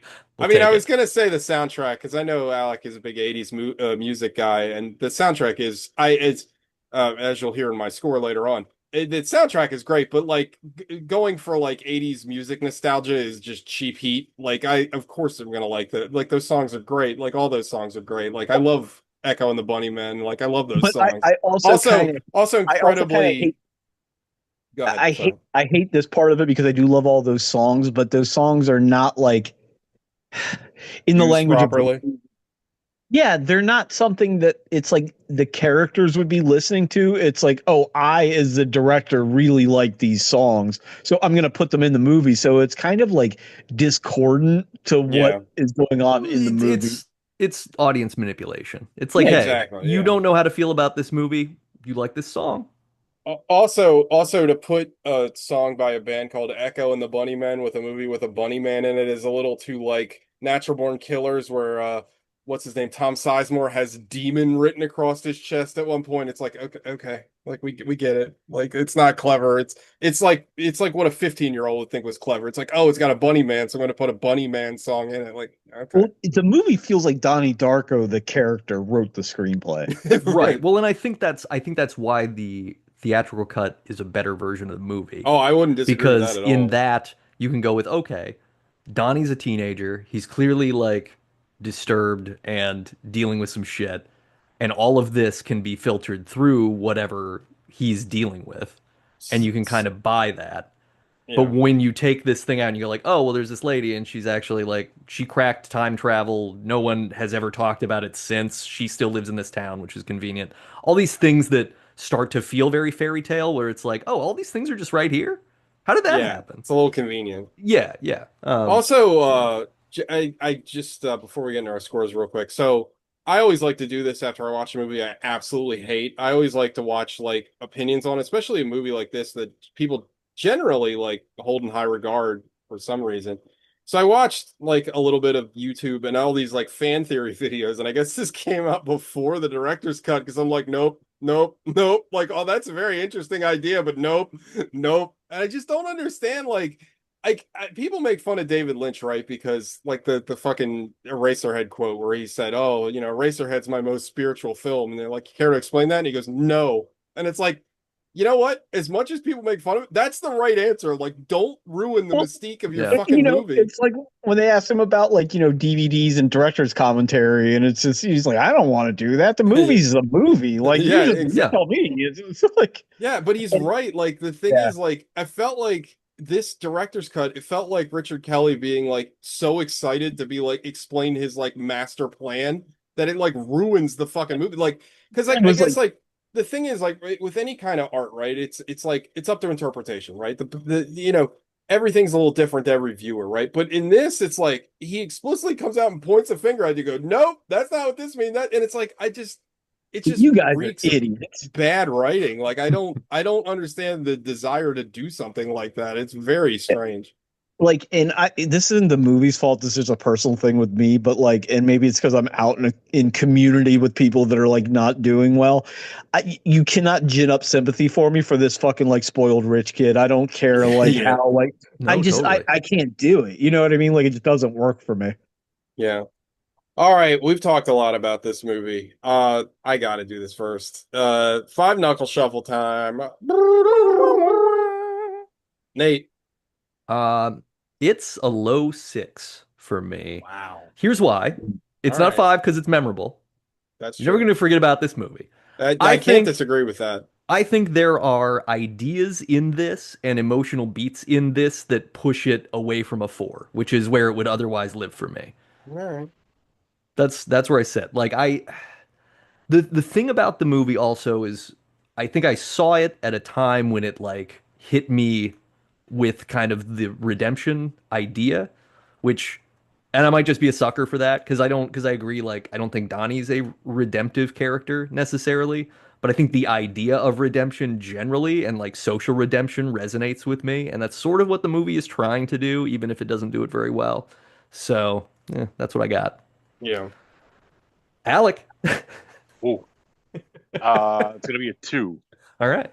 One for the soundtrack, and one for the fact that the youngest Darko, Samantha, also was the voice of Darko. Lilo and Lilo and Stitch, Oh no shit. and she was the voice of Chihiro in Spirited Away, Whoa. and she was Samara from The Ring. Oh no shit. Really? That's Yeah. crazy. So yeah, so it's a 2. Like this movie sucks. Sorry, Nate. This movie fucking blows. That's all right. Yeah. Yeah. It's all right. In the words of Wayne Campbell, it totally blows goats. But man, there's a lot going on, and also nothing going on. Right. A lot going on in the set. It's, I mean, I think I forget who said it already, either Sean or TJ. Like it's an angsty, deep story written by like a 12-year-old Right. who thinks they know what an angsty, deep story is.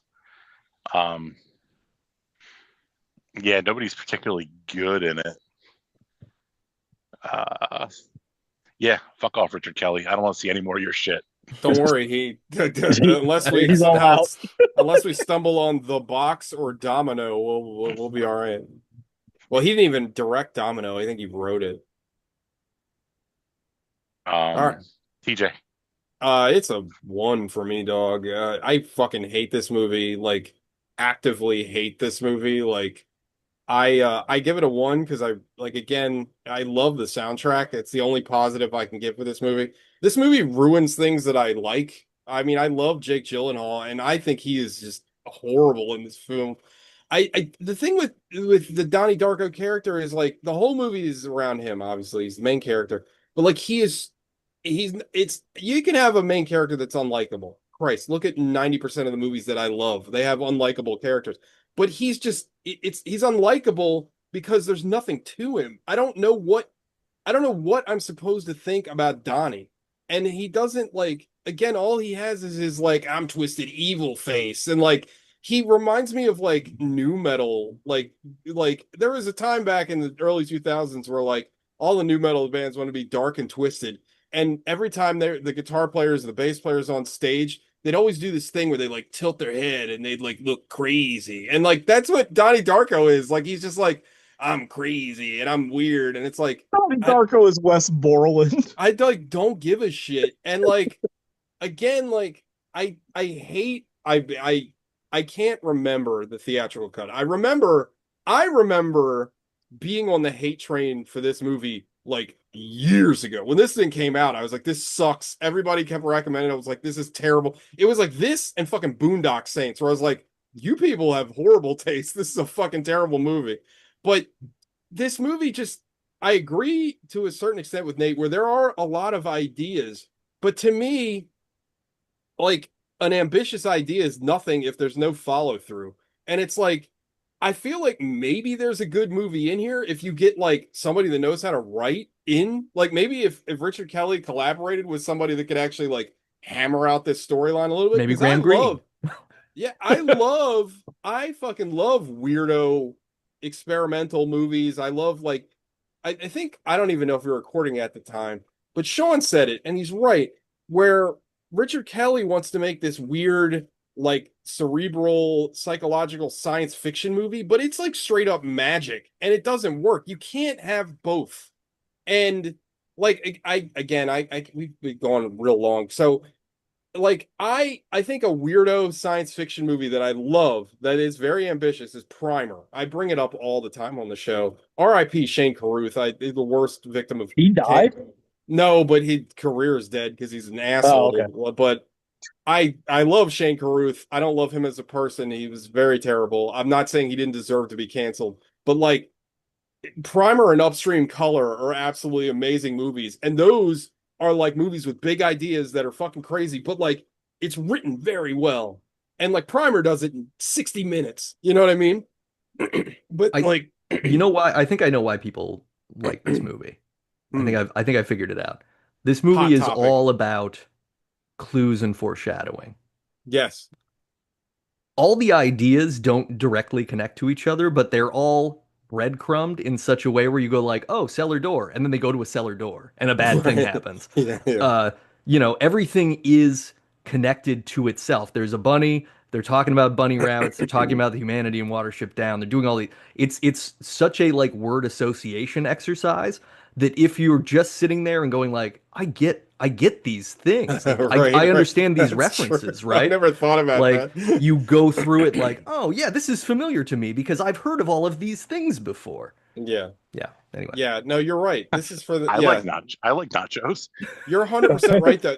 That you know what, Nate? I think you really just you hit it right there because that's why this is the dumb person's art film, right? Because they're like, I don't understand these fucking like Godard films or whatever with their crazy out there metaphors and visual things. But this movie is like, wait a minute, it's weird, but they give me all the like weird, stupid little pieces of information. I put it together right there. It makes total sense. Yeah. This is art house for like people that I don't know suck. Thank you. Yeah. Thank you. That I can see that. Sean. It's also a one for me. This is the kind of movie I hate specifically. Yeah. I've also been since day one hater of this movie. This is like the worst first date movie with some girl that may not have the tattoo, but really is like, oh my god, it's so deep and twisted. But This Deep is and twisted. Did you ever listen dark to? and twisted. Do you ever listen to Stav's podcast, Stavros' Yeah. podcast? He has that twisted tea thing. He's like, keep it twisted. That shit always makes This is this might be a reach for me. Donnie Darko is to Mark Millar what Jeff Nichols' Take Shelter is to Grant Morrison. Like they both. Uh, Take Shelter is a movie I love. That's about like a guy who has premonitions of an apocalypse.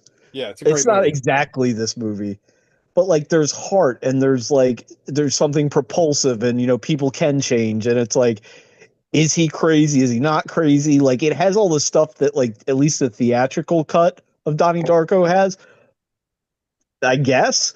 But Yeah. like this is the authority widescreen of art movies. You know what I mean? It's like Yeah. art in name only, but it's just like a I like would a li- sh- I would like to say though that Mark Miller actually can write. He's written some good stuff, unlike you know what Richard I'm talking Kelly. about. Though. I know exactly what you're talking about, but Mark Miller is a decent writer, whereas Richard Kelly is horrible. Or I'll make another niche comparison that nobody will probably care about, but this is like Chuck Palahniuk's Rant. I don't know if Oh anybody's familiar yeah, with that terrible book, but it's like, oh, yeah. it's so artsy. It's like, no, it just sucks, and it's like mean, like, and sometimes I things are have mean. I have a copy Yeah. of it right here. It's bad though. It's not good. It's one of my least favorite Palahniuk books.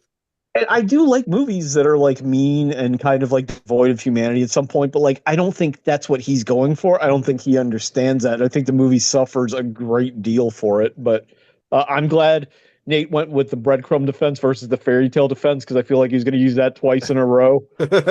Yeah, no, Because no. in your defense, it does kind of fit here. You could go, well, it's kind of a fairy tale because it kind of is, but like it just sucks at at being a movie and being a fairy tale. Like, No, and at a certain point, you start saying anything that doesn't come together cohesively but has flat characters is a fairy tale, and then that's defending everything. So, well, not necessarily because this has some kind of like it wants to like fairy tales have like big moral themes. You know what I mean? Like base large moral themes, and this wants to have it, but like it doesn't understand like how to get there at all. And it just kind of like drags you through it. It's like, driving with your dad that refused to turn the GPS on because he lived in this town 60 years ago. And it's like, oh, there used to be a 7-Eleven here. It's like, there used to be a cohesive thought here, but it's gone now. And now we're all bored and hungry. So that's where I'm at. All right, that is Donald Darko. Who has a pick for next week? Alec, I think. Nice. I do. But then it kind of got, not ruined, but Uh-oh. stepped on while looking at the stuff for this movie. Okay. Because so my pick for next week, I think I'm going to stick with it, although my pick is Brokeback Mountain. Oh, hell yeah. A good movie. Yeah. Great. Like that's like I saw it last year for the first time, and in my opinion, it's like one of the best movies ever made. It's so Wow. good. It's really fucking It's good. very good. I like yeah. And that was my pick like all week. So I was like, oh, Jake Gyllenhaal, finally. I can do Oh, and then Brokeback you watch Mountain. this and you're like, I And don't then know. well, no, but then I watched this and Mary, what's her name? The mom. Oh, Mary Battlefront McDonald. Galactica. She's in Sneakers, which is another movie I've been wanting to pick for Oh yeah, we've been talking about sneakers for a long while. time. Sneakers rocks, but we're going with Brokeback. I was gonna say if you want to do Sneakers, that's fine because like Brokeback Mountain's like super sad, and I don't know if like emotionally I want to deal with it, but that's fine. Brokeback But at Mountain. least we know it's great. Yeah, it's good. It'll be nice, a nice palate cleanser to watch something good. Yeah. All right, All right. Brokeback Mountain, because the show has next week, movie the podcast, gone woke. Brokeback Mountain. Woke back. Giddy up. All right, everybody, that's the show. Thanks for joining us. Don't watch Thanks, Donnie Nate. Darko. I would, my sick and perverted mind kind of wants to watch the theatrical version of this now. I don't know why. I guess I want to compare it to the director's cut, but maybe not. I don't know. You'll know it's 20 minutes shorter, so. I have better things to do with my time. Oh, I didn't say this. This is my last thought. I had a true movie the podcast moment in Donnie Darko where I had to pee, so I paused it, and I was like, "How the fuck do I have 45 more minutes of this fucking movie?" I was like, "This has got to be close to being over." Nope. Oh my god. All right, All boys. right, everybody. That's your All right. problem. You paused it. You should have gone. Yeah, just get up and Yeah. piss. I walked out and Yeah. took a phone call in the middle of this. I don't care. Yeah, I mean, you didn't miss anything. All right, everybody, that's the show. You know what to do. Eat your own ass, and we'll see you next week, where there'll be a lot of ass eating, implied ass eating. But yeah, And we can bring Lube Up Boys back. hell yeah. All right, too bye, long. everybody. Bye, everybody. See ya. Bye bye.